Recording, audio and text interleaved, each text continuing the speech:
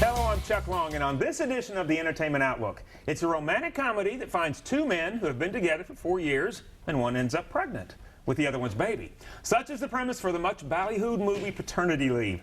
Joining us tonight, one of the film's stars, Jacob York. Good to see you, Jacob. Good to be here, Chuck. Thank you for having me. What a premise. Yeah, I know, What did you think when you first heard that? I thought it was far-fetched, but I thought it would be pretty fun. I think that one of the things that we have sort of gotten a lot of interesting feedback about is from the trans community, and one thing that they've said is that, well, it's not really far-fetched, but for someone who's born biologically a man, it's an odd thing to sort of reckon with, you know what I mean? Right. But it's so fun, and Matt's such a great writer, Dustin's such a great writer. It was such a great time. Oh, yeah. Now, we're going to show a little bit of the trailer, and then we'll talk about it on the backside. So take a look. Here's a little bit of the trailer from Paternity Leave. Sure. I don't want to be a medical miracle. I don't want to be a medical miracle. You're not the person who's gotten fat, and you're not the person whose hormones are turning them into the fifth golden girl. I'm afraid I'm gonna crush the baby. What if I just milk you? Have you ever heard of a doula? It's like a stress ball with a pulse. I'm so happy to help. Okay, so, what do we do on the due date? Are you pregnant? Yes, I'm pregnant. I mean, it's just hilarious just seeing the trailer right there. Yeah. When you read the script, and again, I know it's a romantic comedy, Sure. and it's a fun premise, but did you see the challenge in how all of this would work? Yes, absolutely. One of the things that I personally was concerned about was the belly. Well, we see it right there. Exactly.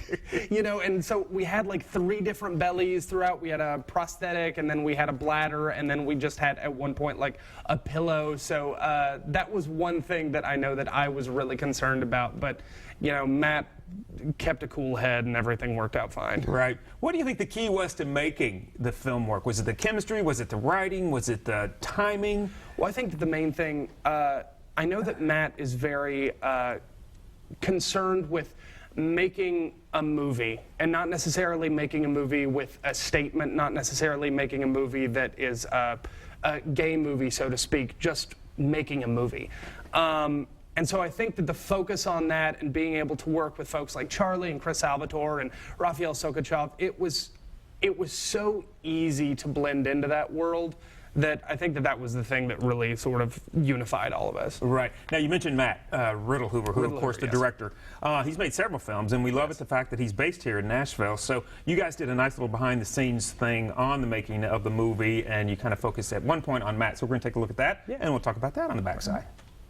Matt is an amazing energy on set. He's very, very relaxed, very cool, especially, you know, we're doing like indie filmmaking here. We're doing long days, lots of scenes, lots of setups, and you could imagine that a lot of directors would be frenetic whirlwinds, you know, and make a very kind of tense atmosphere, and Matt's not that at all. He knows exactly what he wants, so he's not like trying to do it on the fly. You know that he's done a lot of prep work for himself as to how he wants it shot. It's cinescope, it's big, it's wide, we're really seeing the environment, we're getting into the world of the characters. Matt is the sweetest director. He has so much passion for what he does, and he's really thinking outside the box, and kind of like you said before, it's not, you know, just shirtless guys and speedos. Yeah. Although we do go there. We worry. certainly have. You'll get that. Yeah.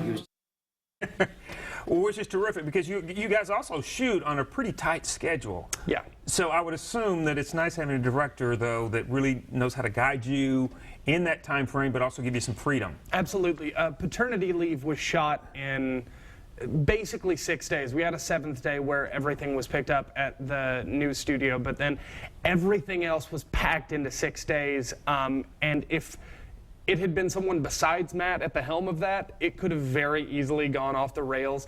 But he knew exactly what he wanted, and he knew whenever he got a shot that was it, He didn't need to go back and be like, let's do that 4 or 5 more times. He just felt it, knew instinctively, we have what we need. And it seems to be paying off because you guys have been in over 15 film festivals already. You've won Festival Favorite at the Palm Springs Gay and Lesbian Film Festival. You won the Alternative Spirit Award at the Rhode Island International Film Festival. I know the New York premiere is in November. What are you hearing? What's some of the feedback that you're getting? It seems like it's pretty universally in favor of it. Most of the stuff has been specifically calling out like my acting, Charlie David's acting, Chris Salvatore, but it's just such a, I think Out called us like a Out.com called us a soon-to-be staple or something like that. But it's really positive so far, which is wonderful, just fantastic. And when you do an indie movie, a lot of times you can make it and then it never sees the light of day or something like that. So what were your hopes for this movie, and do you think that they'll be fulfilled? I think that they've kind of already been fulfilled, you know, for it to get sort of the reception that has gotten, particularly in Nashville. I think that I'm incredibly pleased with it already. I believe that Matt is. I believe that Dustin is. Everyone, and Dustin Tittle, the co-writer. I think that everyone involved is pretty happy with it. Whatever happens from here is icing on the cake. It is terrific. Now, you have a busy schedule because I know you've been working with the Rep recently. Yep. So when Rosencrantz and Guildenstern. So I know that was a treat for you. Yes, And for audiences alike. And as soon as you finish that, you're going right into the next Matt Riddle Hoover movie. So tell me a little bit about that. Yeah, What's the Matter with Gerald is about Gerald, who's a 30-something trust fund alcoholic, and he's having a lot of sort of personal issues with himself, and he goes to a healer, a spiritual healer, and she ends up giving him stones that end up having a lot of unexpected consequences. So it's sort of magical realism and in the same vein as Paternity Leave. And you are playing Gerald. I am. So I it's am nice Gerald. to be another title character. I know, right? What's the matter with me? So that is terrific. Now, I did want to mention, too, going back to Paternity Leave, that we said that it is released on DVD and digital HD. It's going to be available on iTunes, Amazon, Google Play, and TLAvideo.com beginning November 24th. So that's exciting. When you do have a movie like this, and I know we've just got about 30 seconds left, you've got another one coming up with Gerald. Any pressures to top what you've just done? No, I think I think you have to approach everything as it comes. So whatever it is, that's how it will be, you know? All right. Well, as always, congratulations. I mean, terrific. This is a fun movie. I hope everybody will go out and see this. Thank you so much. Jacob York, come back anytime when you finish Gerald. All right. Okay. All right. Sounds good. All right. That's all the time we have for this edition of Out and About Today. We'll see you guys next time. Good night.